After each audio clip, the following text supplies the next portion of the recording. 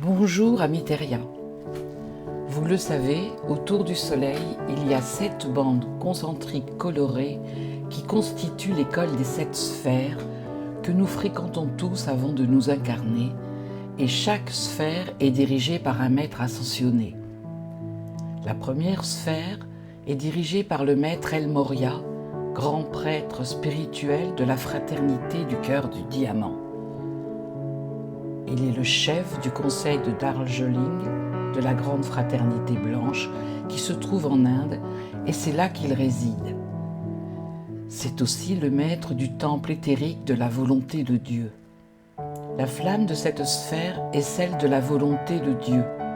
Les principales qualités de cette sphère sont le courage, l'omnipotence, la foi, la volonté de Dieu à travers le pouvoir du Père, la protection et la certitude. Cette sphère est de couleur bleue et le chakra qui lui est relié est le chakra de la gorge. Maître El Morya a été Abraham en 2100 avant Jésus-Christ et il fut le premier patriarche hébreu et l'ancêtre des 12 tribus d'Israël. Il a été aussi Melchior, l'un des 3 rois mages au temps de Jésus, mais aussi le roi Arthur au 5e siècle après Jésus-Christ, Thomas Becket de 1118 à 1870 et Sir Thomas More de 1478 à 1535. La deuxième sphère est dirigée par le seigneur Lanto, grande lumière de l'ancienne Chine. Sa retraite se trouve dans la chaîne du Grand Téton dans le Wyoming aux États-Unis. La flamme de cette sphère est celle de l'illumination et de la sagesse. Les principales qualités de cette sphère sont l'omniscience, l'illumination, la sagesse, l'intelligence du cœur, la perception, la compréhension, la discrimination et l'activité de l'Esprit de Dieu.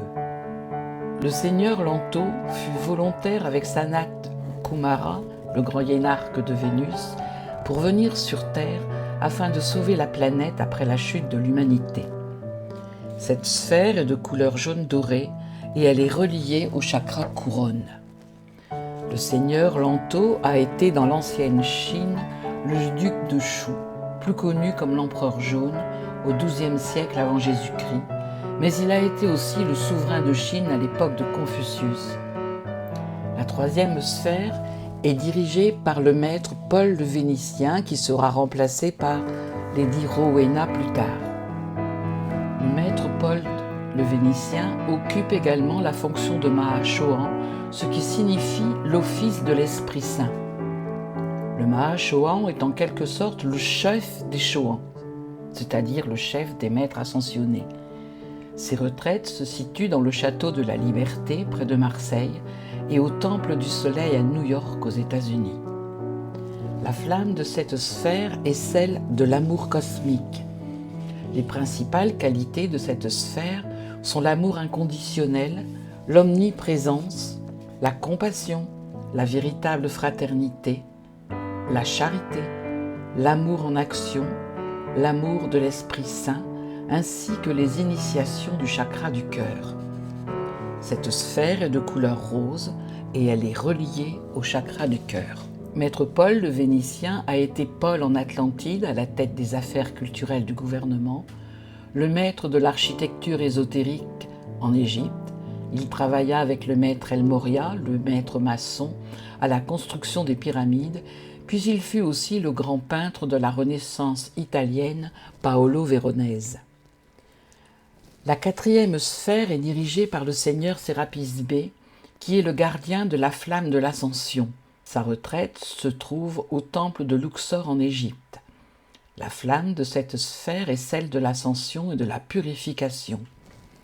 Les principales qualités de cette sphère sont la pureté, l'unité, la conscience christique et devenir Dieu par la conscience de la Mère divine. Cette sphère est de couleur blanche et elle est reliée au chakra qui se situe à la base de la colonne vertébrale. Maître Sérapis Bey a été l'incarnation d'un grand prêtre au temple de l'Ascension en Atlantide, le pharaon égyptien Amenhotep III de 1417 à 1379 avant Jésus-Christ, et aussi le roi de Sparte Léonidas.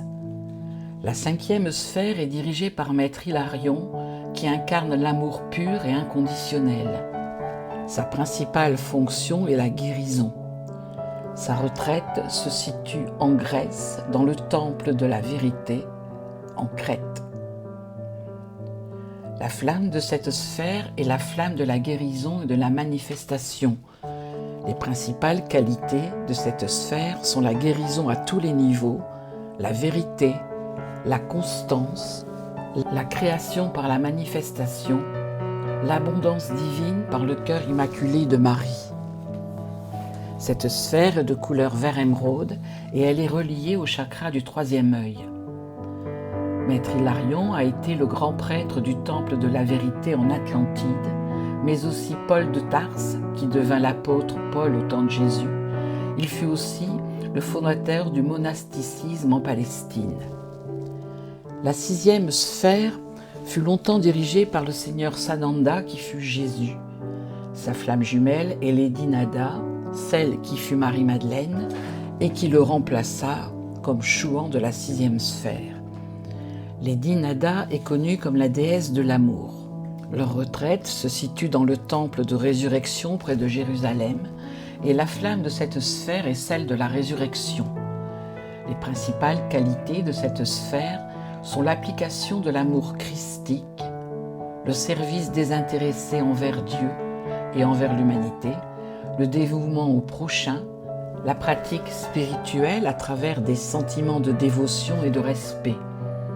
Cette sphère est de couleur pourpre et or, couleur de la paix, et elle est reliée au chakra du plexus solaire. Maître Sananda a été le roi David de l'Ancien Testament, Joseph d'Égypte, fils de Jacob dans l'Ancien Testament aussi, Josua, celui qui a conduit les Israélites à la terre promise dans l'Ancien Testament. Dans sa dernière incarnation en tant que Jésus, son vrai nom était Jéshua ben Jacob. Ce grand maître est venu pour nous enseigner que nous avons le pouvoir de créer, de guérir et de devenir le Christ tel qu'il l'a démontré.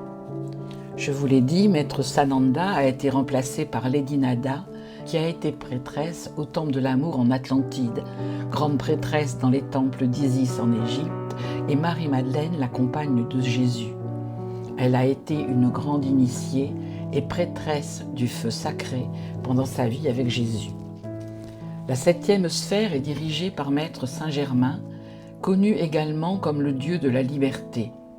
Sa retraite est située dans un manoir baronial au cœur de la Transylvanie, près de la frontière séparant la Hongrie et la Roumanie. La flamme de cette sphère est la flamme de la transmutation, qui est reliée au chakra siège de l'âme. Les principales qualités de cette sphère sont la liberté, la transmutation, la transformation, la diplomatie, la cérémonie et l'application de la science de l'alchimie véritable. Maître Saint-Germain a été le prophète Samuel au XIe siècle avant Jésus-Christ, Saint Joseph, le père de Jésus et l'époux de Marie. Il a été aussi Saint Alban à la fin du IIIe siècle, le premier martyr de la Grande-Bretagne, Merlin, l'enchanteur, le grand alchimiste, prophète et conseiller à la cour du roi Arthur, Roger Bacon, de 1220 à 1292, moine franciscain, enseignant et scientifique, mais aussi Christophe Colomb, de 1451 à 1506. Il fut enfin Francis Bacon, de 1561 à 1626. Voilà, mes amis, vous en savez beaucoup plus sur les maîtres ascensionnés. Vous trouverez tout ce que je vous ai dit dans le livre de Chantal Saint-Paul B.